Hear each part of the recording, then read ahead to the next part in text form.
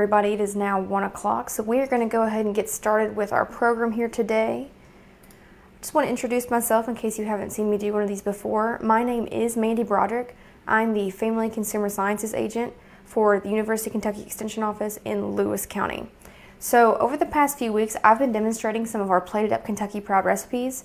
All these recipes feature a Kentucky Proud vegetable or fruit, and they basically just show you fun new ways to incorporate those into your diet.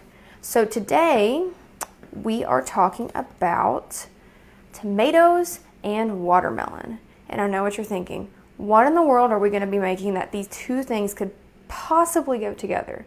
Well, I'm going to tell you, even though the title of the recipe sounds a little bit strange, I've tasted this before and it's surprisingly good. So for those of you that don't know, a tomato is actually a fruit. I know that's kind of hard because I know as a child, I was taught tomatoes are vegetables, but they are fruits. So really you're just pairing fruits together, right? So why should you even want to be eating these two fruits? Well, let's look at watermelon first.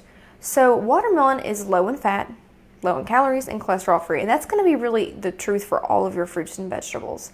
Watermelon is high in lycopene. Now, a lot of you may not have heard of lycopene before, but that's what gives it its red color. So any kind of fruit or veggie with a red color usually has lycopene in it.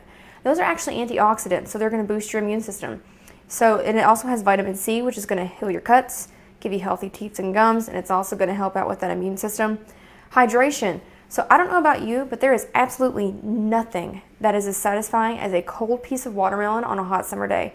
And I'm pretty sure this is probably true for most of Kentucky right now, but it has been boiling outside lately. Whenever I was cutting up the watermelon for this, I'll admit I actually grabbed a few pieces and ate it, and it tasted delicious. Watermelon is really good for hydration, especially for those of you who maybe don't like to drink straight water. It's also a healthy dessert. So watermelon is very sweet. To be as healthy and pretty much calorie-free as it is, it has a lot of flavor, which is pretty interesting. So it's a good substitute for your dessert. Now let's look at tomatoes. So once again, it's going to be low in fat, cholesterol, low in calories. It's going to have the lycopene, but this is also going to have potassium. Now potassium is one of the most important molecules you have in your body. It helps with fluid balance, nerve signals, muscle contractions. When I say muscle contractions, that's not only like your muscles in your body, but most of you probably know your heart is also a muscle, so it's very important for that, your heart rhythm. It's going to have folate in it. That helps to form red blood cells.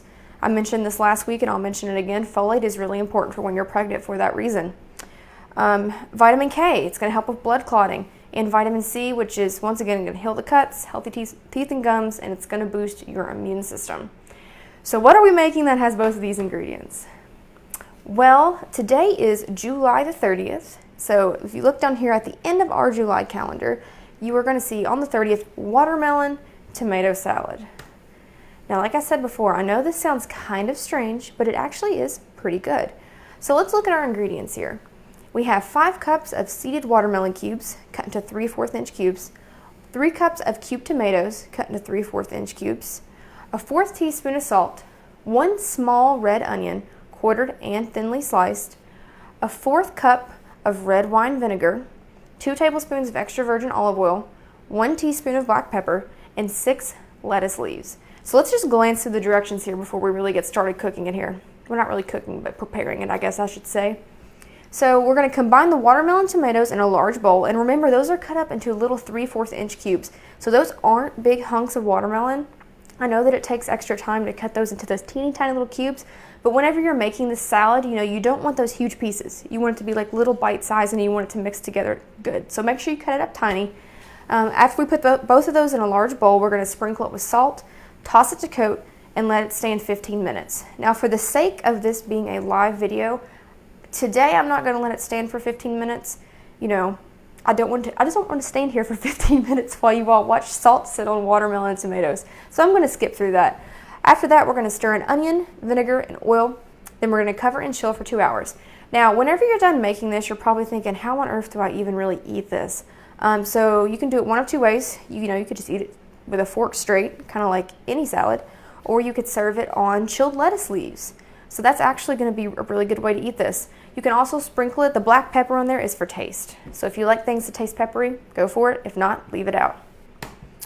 All right, let's go ahead and switch over here to our cooking station. All right, so just like last week, this is a really easy and simple recipe. The hardest part is honestly cutting up your watermelon and your tomato. So step one, we're going to take our watermelon and tomatoes in a large bowl. So as you can see here, I've actually already got this cut up, and look, hopefully you can see this pretty decently on the camera, but these are very, very tiny pieces of watermelon. So like I said before, you really want it to be these tiny cubes, that way it incorporates good together. So let's go ahead and dump our watermelon in there. So that's 5 cups of watermelon. So you do have more watermelon than tomato. And here's our tomato, and once again, this is just diced up into teeny tiny little pieces.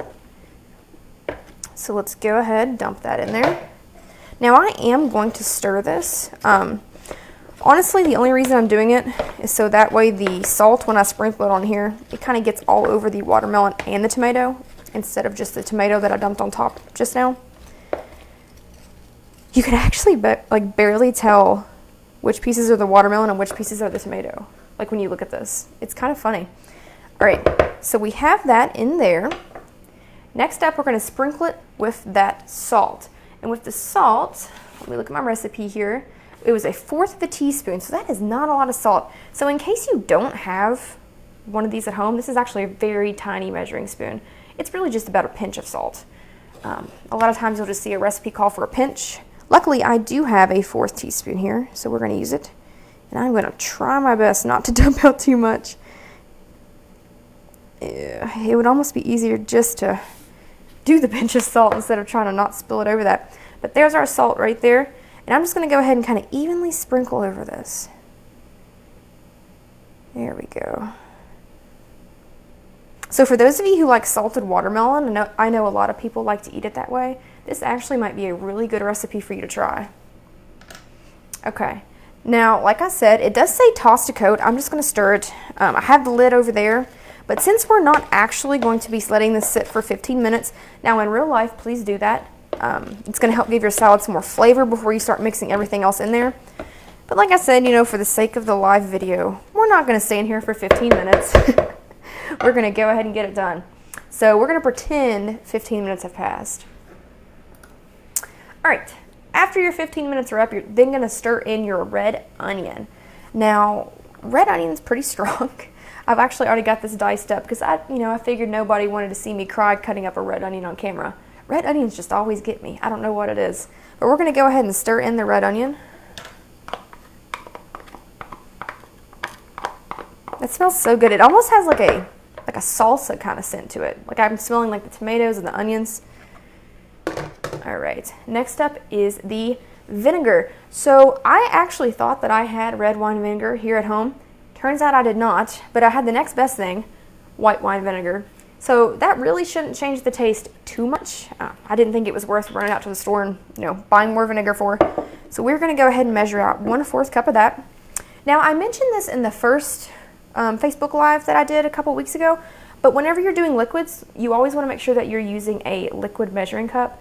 So a fluid cup is different than like a dry cup. So you're not going to want to use one of your, I don't have one here, but you don't want to use like a measuring cup to measure a liquid. You want to use something like this. All right, so let's go ahead and measure out 1/4 cup. Now, in case you didn't know, whenever you measure a fluid, you are supposed to look at it from the side, just because from the top down, fluid's curved. So see, that actually looked full, but I was actually short a little bit. So there's our 1/4 cup of vinegar. I'm going to go ahead and just pour that in here.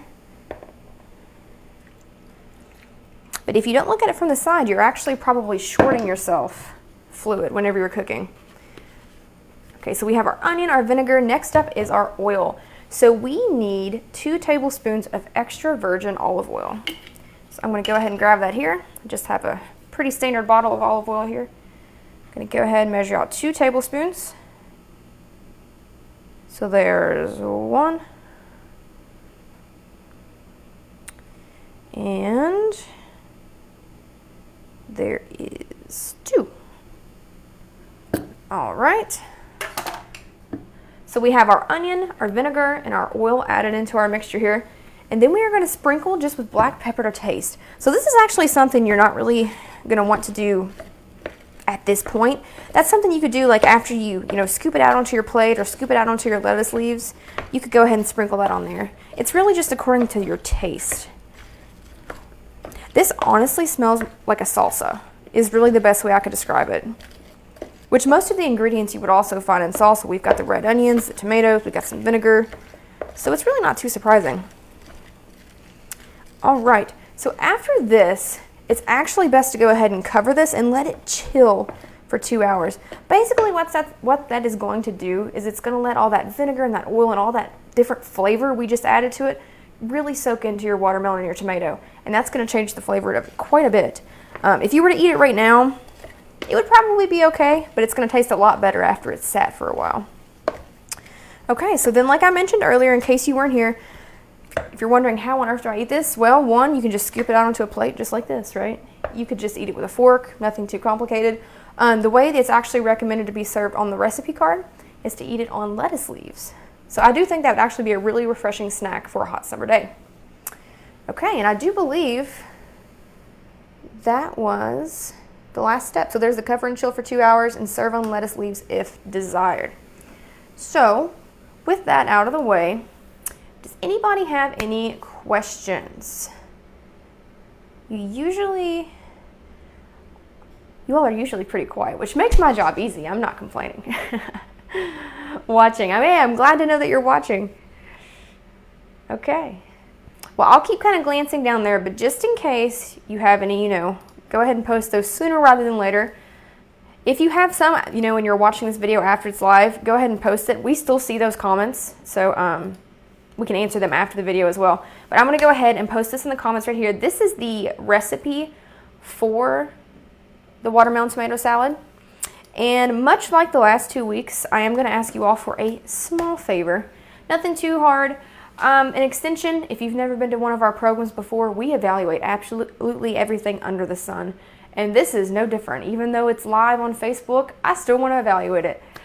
So that last link that I've posted in the comment section, the tinyurl.com/FB Live Cooking, that's going to take you to a little survey. The survey, I seriously think it's like 5 questions long. I really doubt it would take you even 1 minute to do.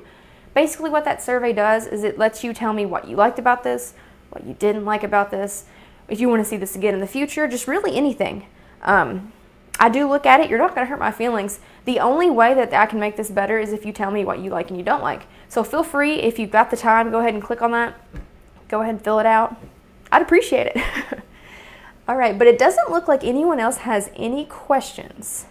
So in that case, there's the survey again there, just in case you want to see it bigger than the comment section, the tinyurl.com/FB Live Cooking.